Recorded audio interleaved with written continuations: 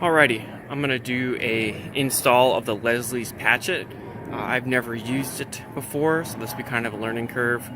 Um, Here is my situation. I got my pool drained. I have a patch here. This goes all the way down to the concrete. This was bubbling, and I could what was here I could push on it, and it was flexing the plaster, so I whacked it with a hammer, and then it cracked, and then I kind of went with it, and then honestly I went farther than I wanted to, and this is pretty deep, so I'm gonna have to patch it before I refill the pool. And then the other patch is I'm working on is over here. Same thing. It started,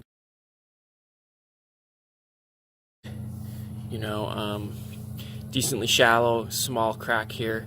And then it kept chipping and chipping and chipping, and finally it just got too deep, and I'm just gonna call it a day, even though there's still a dead spot, through and through. But my plaster's pretty old. It's quite grainy. I would say right around like a 60 or 80 grit, and I got to get the plaster done anyway, so I'm not going to go too hard into chasing my tail patching this. But besides that, this is the overall view of my pool and what I got going on. And yeah, it should be hopefully relatively simple. The Leslie's kit doesn't give a whole lot of details, except for the fact that they want the edges of the patch or the edges of the repair to be squared off. And I can actually show you that in the back. So right here they just say wrong, okay, and best. So as vague as that is, I'm going to give it a shot.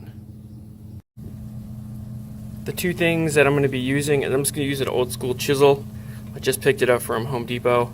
It says it's a masonry style chisel. I have this hammer, which probably isn't the right one, but it'll work. And then I also have a heavy duty sledgehammer that I'll choke up on and then tap the chisel and see how this works. Alrighty, so here's an update. Got my chisel. I actually upgraded to this flush cut saw, sledge, and then a pencil. And what I did is, obviously the hole's getting a little bigger because I'm kind of marking where the change of tone is with the pencil. And this is kind of the pattern that tone change has, and I want to do none of this work. I just want to keep it controlled because, man, it just wants to keep going, and you can definitely tell it's hollow back there. One technique I've developed is I'm using the flush cut saw, and I'm cutting into this squarely. One, because that's what the Leslie's packaging recommends, and then once I cut so far, like an assumed amount or amount that I'm just guessing on, I come in with the chisel and I start tapping, and it really nicely breaks away and gives you a nice flush edge around the whole thing, and I'm having quite a bit of success with that, and I'm surprised it worked. But this blade is a Bosch carbide blade that I've had for a long time, and it has done me wonders through and through. All right, let me get back at it. Okay, so this I think is going to be my final cleanup, and you can see how the the old plaster, whatever, and then the under plaster, and then this is the actual concrete, gunite I think they call it. But it's interesting, and you can see the cracking, the separation here, and that's where that dead sound comes from. But I cut these edges, a nice straight edge, and I think it's gonna be okay. The only issue I have is I don't know if this edge is deep enough. So when I put the putty on, I don't know if this is going to have enough to bond to this new edge. So I might dig this out a little bit more, but it's a lot of work and I'm not sure yet. But otherwise, this edge is nice and thick. This one's super thick. I'll pack all that in. So that's what we got going on. Okay, so here is the final version. I did go a little bit deeper and kept chiseling to try and get that goal of a 1/4 inch depth along this edge here. It doesn't say to do it in the Leslie's guide on the bucket, but I watched the pool patch video, which is another patch kit you can buy, and it says they recommend at least a 1/4 inch deep. However, they also recommend, or they also use a bonder, which the Leslie's kit does not. It actually uses water, so maybe that's why the 1/4 inch doesn't matter as much. But either way, I dug it all out a little bit deeper. I would have kept going, but my goodness, it's kind of a lot of painstaking work, and I really have no idea the beneficial factors of it. And lastly, the whole pool is kind of tired and worn out, and this is all should be replaced anyway. So what's the big reason of going all the way, putting all that work into it? So it is a patch kit, but I'm just trying to make it the best patch kit possible without overdoing myself. So this is it. I got a nice clean edge around here, up in here. Here's good, and then I dug this out a little bit. This popped out, and then I vacuumed it all out, and then I leaf blew it, and then this is the little pile that I got going on so far. All right, I'm gonna mix up the patch and check back soon. Okay, so here is the Leslie's. It's basically a powder. I'm sure it's nearly the same as basic concrete, except it dries white as far as I know and not gray. And then it also dries really fast, so nothing fancy here. And then I'm going to use these 2 cups.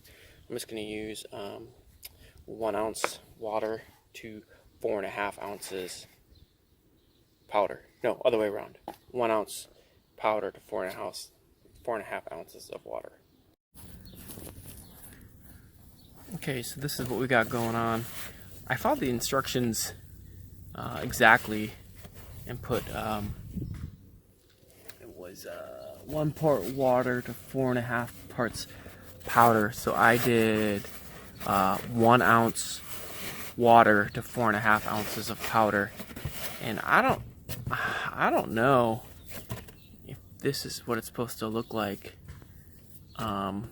It's kind of starting to harden, but this isn't the consistency that I thought it was going to be. So I thought I would just share that with you all. All right, I'll keep it going. I'll see if it hardens up some more. Okay, so after a little while, I don't even know how many minutes, but this is what I have going on. I just flattened this out, and then I drew lines in it with a popsicle stick just to kind of see how it would dry. And it's drying like that. It's probably not completely dry yet, but pretty close. And then I took a savage piece or scrap piece and shoved it in this hole I had over here, and it actually went pretty good. I just packed it in there with my fingers because I don't think this material is meant to be troweled or use any tools. I feel like it's just straight using your hands. And then yeah, this went in here pretty good. I didn't prep it or dry or wet it or anything. I just slapped it in there, and I can almost smooth it out with my finger as it's drying. So that's kind of nifty. Okay, so this is the patch all said and done. I think all in all, it turned out really good. What I ended up doing is I followed the mix ratio exactly, and it was real like ball dough. Like it wasn't malleable. It just if you took it and crumpled it in your hands, everything just kind of stuck together. And that might be good if you were doing like, doing a floor repair or something. You could just smash it all in there. But since it was on the wall, it was really difficult to work with. So I added just a touch more water, and then I got much more of a paste texture. And then I was able to pack. I did the deep part first using the standard ratio, and I really packed it in there with my hand. And then I realized when I was trying to smooth it out through that mix ratio that Leslie's recommended was too ball-like. So then I added a touch water, and then I was able to kind of fill in these cracks and pack its way through. And then I tried using a trowel on it. That was kind of difficult. This mixture is super sticky, so it kept sticking to the trowel. And then the other thing is I don't have the sponge, to smooth it all over. So I used a microfiber cloth, and I gently went around it all, and you can kind of see where the mark is. But look, it's a patch, and I'm just an everyday homeowner, so I think all in all it went pretty well. The Leslie's box also says to keep this moist or wet for at least 8 hours when it is used outside of the pool. I think what I'm going to do is just going to put my hose on shower, just kind of rinse down every so often.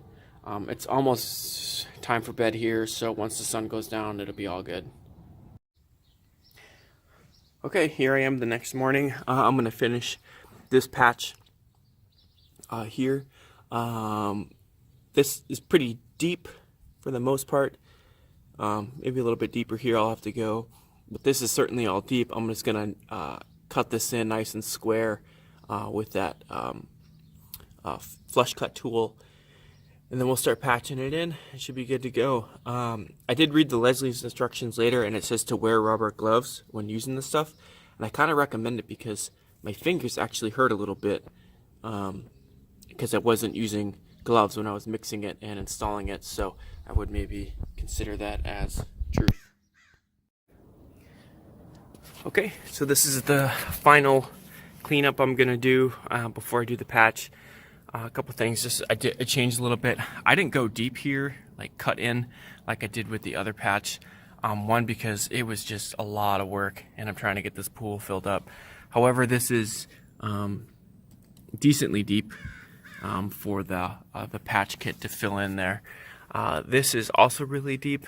And one other thing I kind of noticed is it's crazy how whatever was done here before, that this plaster is staying. Like, this stuff is really hard to chip up, but the plaster up here just chips out in chunks, and it's interesting. So I think this stuff is more reliable, and I'll be able to adhere to it, where this is going to go down to the gunite, and I gotta just go with what's there. But it's just interesting concept. So I mean, this stuff is a pain in the butt to chip out. Otherwise, I would keep doing it until it was all the way down to the gunite.